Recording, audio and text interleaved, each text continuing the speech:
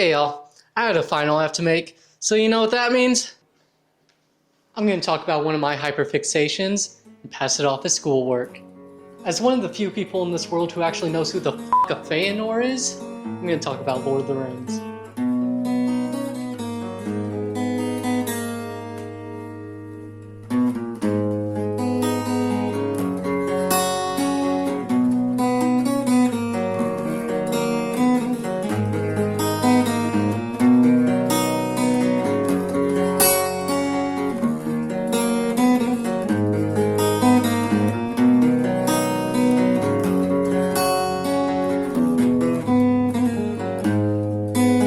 Seriously, look at this. We do not deserve this. This came out the same year as this. Anyways, since my bi-weekly rewatch of Lord of the Rings is coming up, I figured I'd go into detail onto why Lord of the Rings is one of the best examples of an adaptation ever made, and why this is a terrible adaptation. So, what scene are we going to be looking at in Lord of the Rings? It's a great question. I don't know, probably Helm's Deep or something. I don't know, that sounds funny. Yeah, let's do Helm's Deep. Like I said, I probably know a little bit more about Lord of the Rings than I probably should. Like seriously, who else do you know knows the father of Elrond? It's Earindo, by the way. Which makes it all the more embarrassing that I haven't seen Ralph Bakshi's adaptation of Lord of the Rings yet. So join me as I struggle my way through the animated version of Lord of the Rings.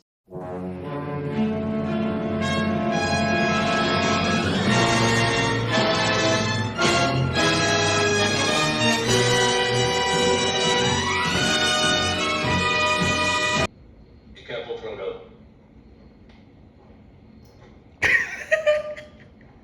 He insisted on coming with us as far as Britain.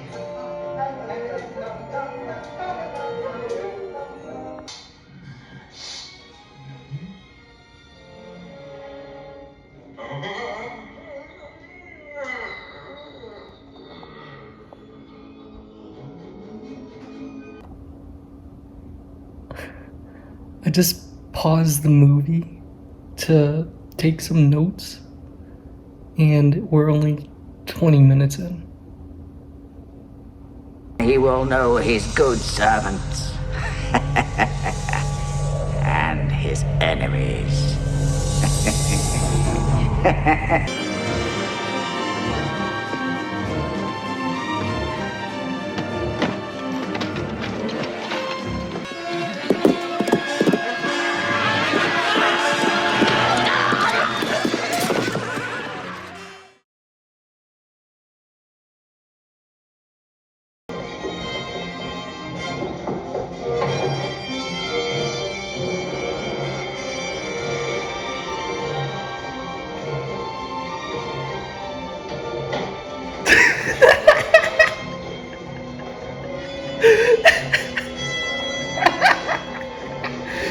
Alrighty then.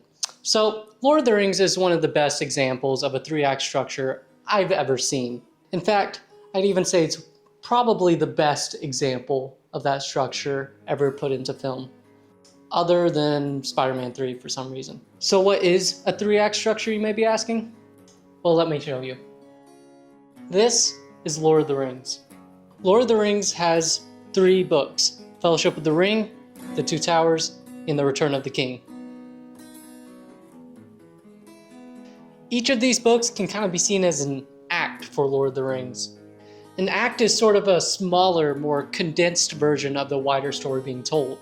For example, Fellowship of the Ring is a story about learning how to tell your own story and be your own person, while also telling a story of temptation and loss. These are all themes that carry throughout the rest of the story, but come to their own climaxes and resolutions in Fellowship. Now, since this video is mostly about Helm's Deep, we will mostly be looking at The Two Towers because that's the book that's in. The Two Towers has their own 3 acts. Let's call them Act 1, Act 2, and Act 3. Now, much like all the individual movies, each of these acts has their own themes and climaxes and resolutions throughout the story. In this video, I'm going to be primarily looking at Aragorn and Theoden because they have the deepest and more interesting stories taking place in the Battle of Helm's Deep. Now, each of these acts has their own internal and external struggle that the characters have to go through. In the third act of A New Hope, Luke's external struggle is that the Empire is about to blow up the rebels. But his internal struggle is figuring out who he is and using the Force. Use the Force, Luke. Let go. In the first act of Two Towers, which ends with Gandalf saving Theoden, Aragorn's external struggles is to find Merry and Pippin and then to follow Gandalf. His internal struggle, however, is to believe that good will overcome evil and that there is good in the world. Aragorn watching Gandalf save Theoden is both the climax for his internal and external struggles. Now, this first act is almost a microcosm of the greater story being told in the Two Towers. During the Battle of Helm's Deep, Aragorn has to be the one to convince Theoden to believe in the good of the world. So much death. What can men do against such reckless hate?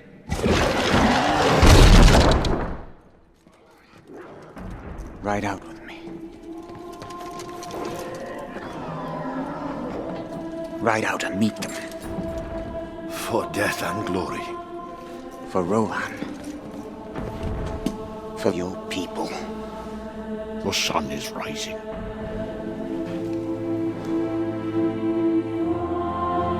Look to my coming at first light on the 5th day. At dawn, look to the east.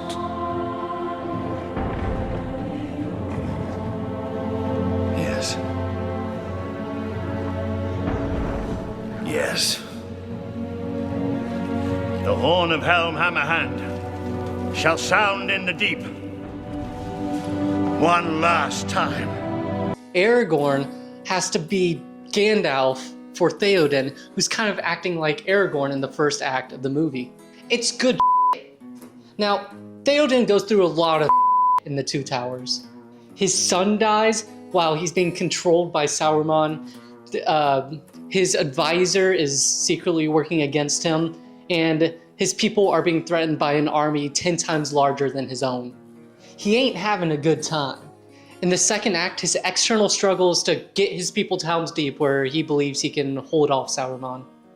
His internal struggle during the third act is him believing that his people are going to die and that Helm's Deep is going to fall. By the end, he practically gives up all hope. That is until Aragorn just gave him a sliver of hope, the same hope that Gandalf gave Aragorn when Gandalf saved Theoden. It comes full circle. That is how you write character arcs. As your resident loser who understands this video completely, I could tell you that is the exact reason why the first couple seasons of Game of Thrones absolutely slaps.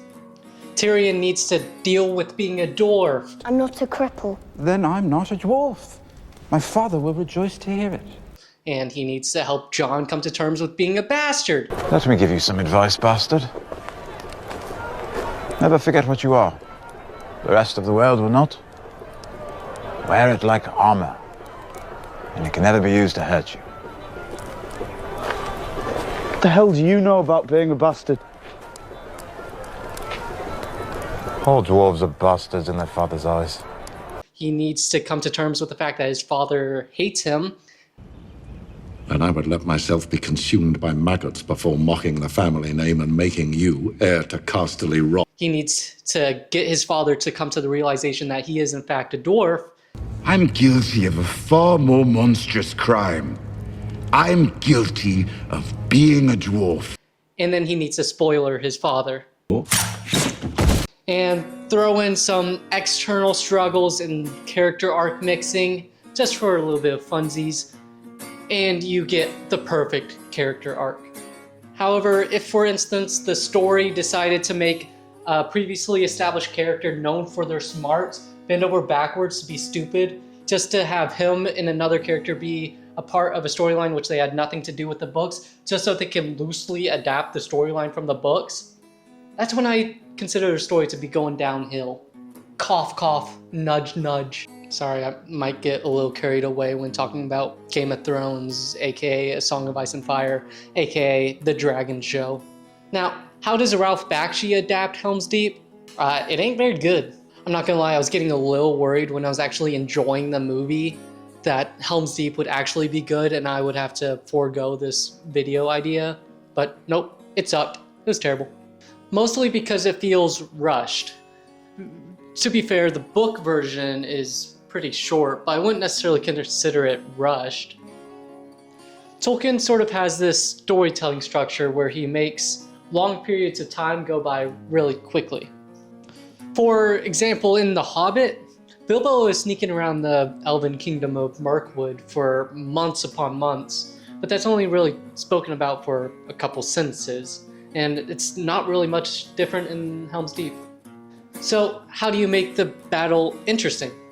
By giving it structure, and unfortunately there is no structure in the animated version of Helm's Deep. It's just fighting, there's no drama, no fear. It's Theoden's idea to charge out against the orcs, not Aragorn's, and Gandalf sort of just saves everyone at the end. It's all just plot points, nothing substantial. Now imagine this is Two Towers again, and these are 3 acts. Each act has its own 3 sub-acts, and each of those sub-acts has their own sub-acts, and on and on and on all the way down. And that goes all the way down until it's just a couple seconds or maybe even just a single shot. For example, this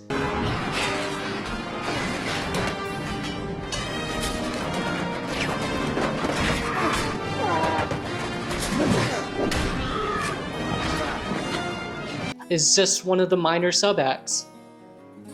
Now, Legolas shield surfing doesn't really have much internal conflict. It's mostly just external. It's just visuals. As it should be. Internal conflict is mostly seen in the wider, larger scale, while external conflict can mostly be seen on the lower, minor scale.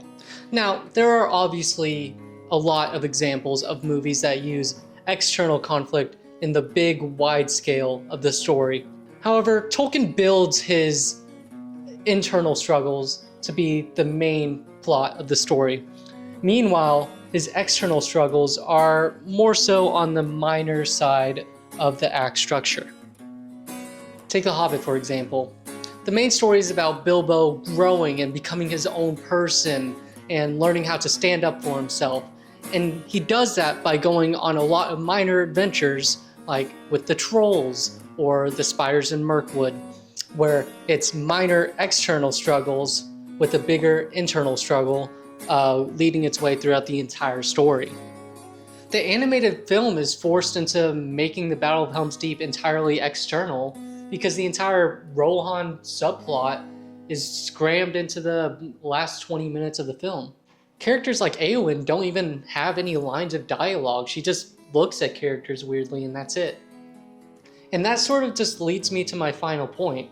They should have made the movie just about Fellowship of the Ring. Instead, they just tried telling Fellowship of the Ring and half of the Two Towers. It just feels weird. Do just one book or do both books, but don't just do 1.5 because it just feels incomplete. But anywho's, that's the animated Lord of the Rings. And I know I've been on it for a bit, but honestly, it's a really good movie. I wrote the beginning of the script before I watched the movie, and honestly now I don't really agree with everything I said. It's actually really solid. It feels like it's based on those weird red, yellow, and blue book covers, and I'm not really gonna complain about that. That's cool. It ain't the best adaptation of the book, but it's okay. I highly recommend it. I just recommend stopping after Aragorn falls over.